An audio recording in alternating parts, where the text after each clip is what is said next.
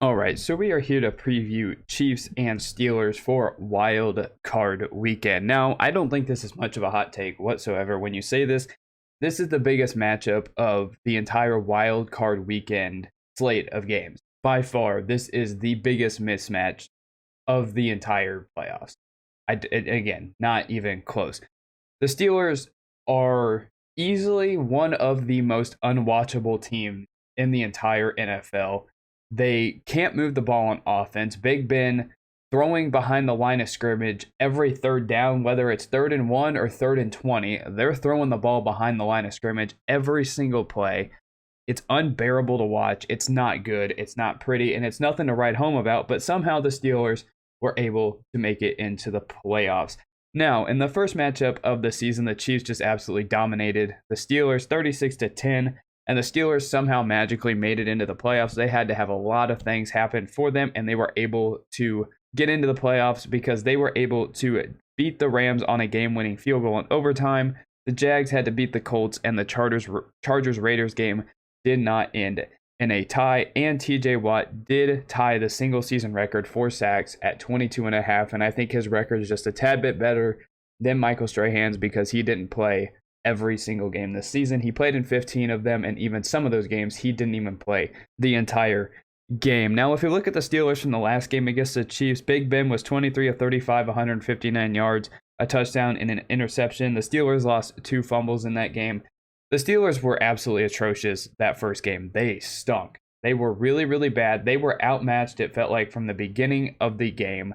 Big Ben is so slow. He's basically a tree just standing in the pocket. Like, if he can't, he has to get the ball out quickly, and that's a problem for them because every time that he gets the ball out quickly, the ball's not going far whatsoever. It's going like 3 yards, and he's hoping like Deontay Johnson or Najee Harris is just going to make a play. Chase Claypool, hope they make a play. And they can't do it every single time because the Steelers offense, when I say it's unwatchable, it's unwatchable. I mentioned the fact that on 3rd down, they love throwing it behind the line of scrimmage, but it feels like they run like a total of 3 plays or 4 plays.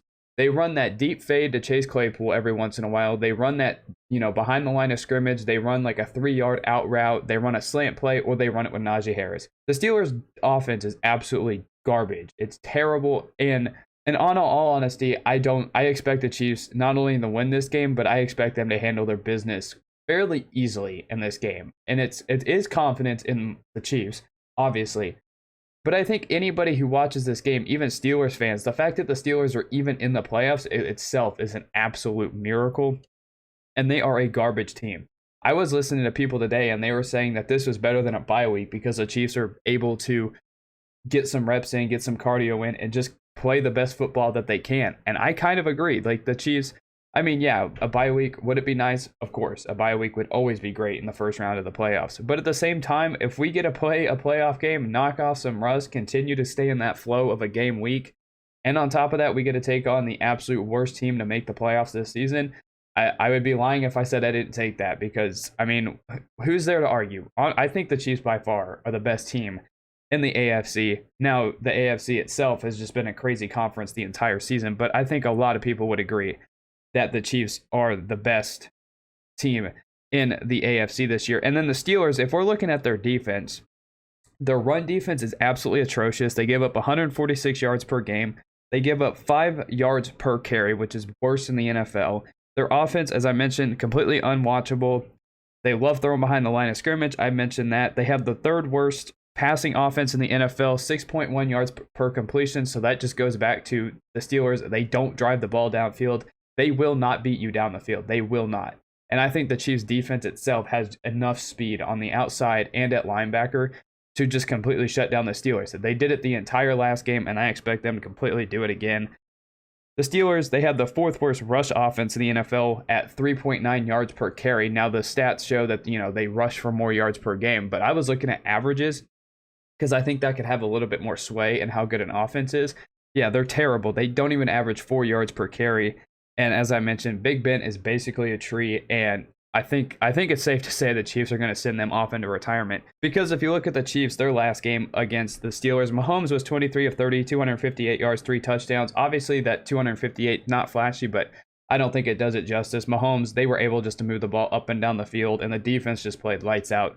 that entire game. This was also the Byron Pringle game, which this is going to be something that I don't hear anybody talking about this. And that is the fact that it's not just been Tyreek Hill and Travis Kelce all season. Now, it's nothing against them. Okay, I shouldn't say all season.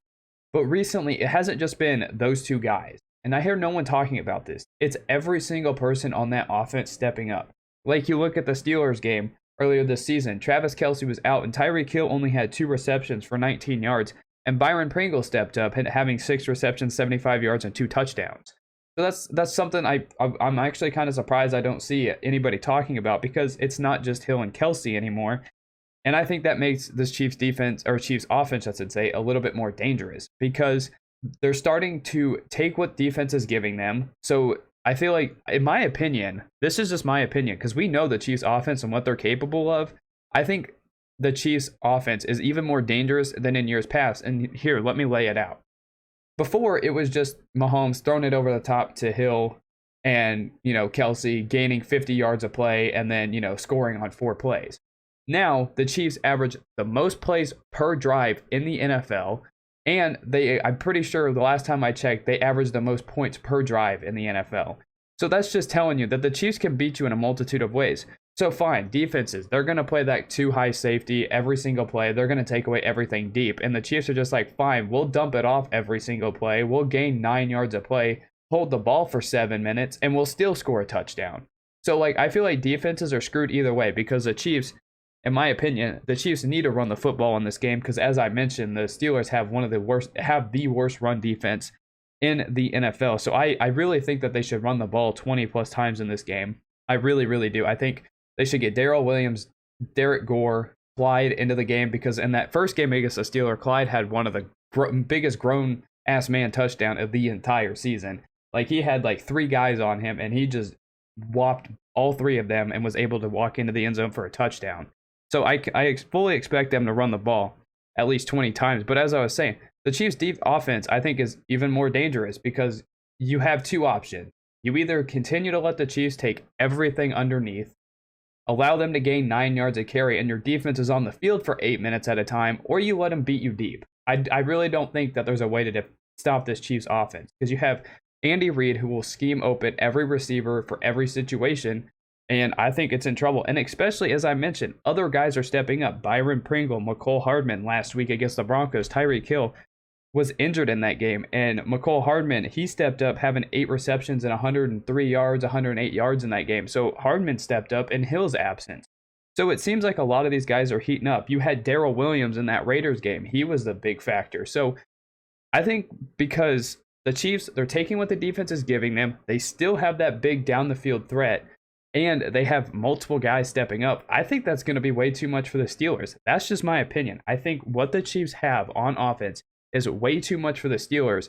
Now, obviously, the Chiefs are going to have to contain TJ Watt, because he's an absolute monster, and he's my defensive player of the year. And I think you can make an argument for other guys, but in my brain, for me, I don't think it's close. TJ Watt is the defensive player of the year. 22.5 sacks, did it in 15 games, and didn't even play all 15 games. I just think it's absolutely insane, how good TJ Watt is. But I mean, the Chiefs, they have everything in place for them. And then you had McKinnon last week, who stepped up and had himself a big man touchdown, or a grown ass man touchdown. He was just the Chiefs' offense at times looks like they will not be denied, and you will not beat them at times. So I think the Chiefs are the most dangerous team heading into the playoffs. I know they had an ugly game last week against the Broncos. It wasn't pretty, but again, that's what I'm talking about. The Broncos, they have a good defense. They always seem to match up well against the Chiefs, but the Broncos just have no quarterback. And we'll get to the Chiefs defense here in a minute, but the Broncos just don't have a quarterback. And, the Broncos always play the Chiefs very, very tough. That's undeniable. They always play great defense against the Chiefs. And Mahomes, he always has his worst games of the season most of the time when it is against the Broncos. So it's an ugly win. I will take that ugly win. And I'm also one that's sitting here, and I'll take that loss to the Bengals, because I don't think that Bengals loss to me was really the end of the world, because Mahomes and the offense was still able to move the ball at will. They were just going boom, boom, boom down the field. And I still think they have that big play capability. And on offense, I think Tyreek Hill is injured, but I read that he should be on track to play, along with Clyde Edwards-Helaire and Darrell Williams. But that's just the offensive side of the ball. I think this Chiefs offense is much more dangerous than people give it credit for. I know some people love to say that the Chiefs offense still doesn't look right, but in my opinion, I think this offense is just fine. You know, they're taking what the defense is giving them. They're running the ball fairly solid at times during the season. They have a great collection of running backs. They have a great offensive line that's protecting Mahomes like crazy. And I think the Chiefs are in a very good spot going into the playoffs. And defensively, I haven't even touched on the defense. I think the defense for the Chiefs is in a good spot heading into the playoffs. They've had a couple bad games, albeit the Chargers game, they didn't have Chris Jones. They didn't have some of their starters on that game. And then you have the game against the Bengals, which, I mean, you could just chalk that down to poor adjustments and poor play calling and poor situational awareness on Spags. I don't think he'll make those mistakes again. And maybe he was experimenting. I'm going to go on the positive side and say, hey, he was just kind of looking at different things and being like, oh, okay, well, let's try this. And, you know, sometimes blitzing on third down when it's 3rd and 27 isn't necessarily the best option. But you have a guy like Nick Bolton who gets absolutely no love from any media member whatsoever. He leads the Chiefs in tackles. And then you have Melvin Ingram. And I can't finish this video if I don't mention Melvin Ingram is one of the key reasons why this Chiefs defense has turned around the entire season. It has been the best defense in the NFL since, I think it was since the Titans game earlier this season. Like, ever since that Melvin Ingram trade, the Chiefs have been the #1 defense in the NFL. And all we have is to thank Pittsburgh for that. So thank you, Steelers, for somehow not having a use for Melvin Ingram when he has become a complete disruptor for the Chiefs. It allowed us to move Chris Jones back inside, Frank Clark once he got healthy.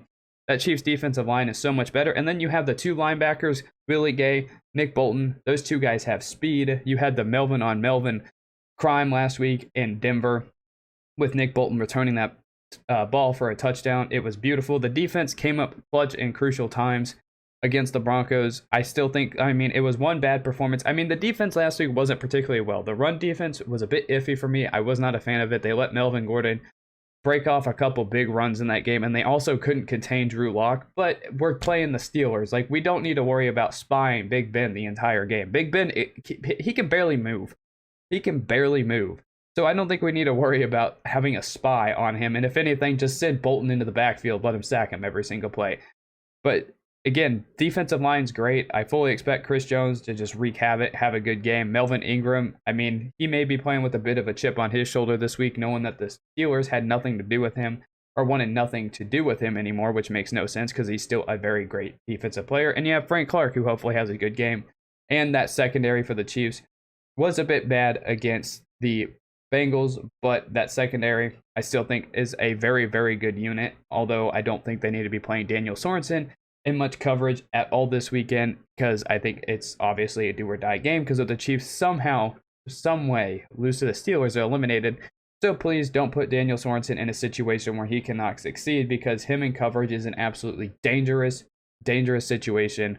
And I think even for the Steelers, who can't move the ball on offense, they see a one-on-one matchup with Daniel Sorensen, and it's free sailing for that offense and a free 7 points. But in this game, I fully expect the Chiefs to probably dominate like they did. They should be able to move the ball up and down the field against a very underwhelming Steelers defense and a offense for the Steelers that is absolutely atrocious.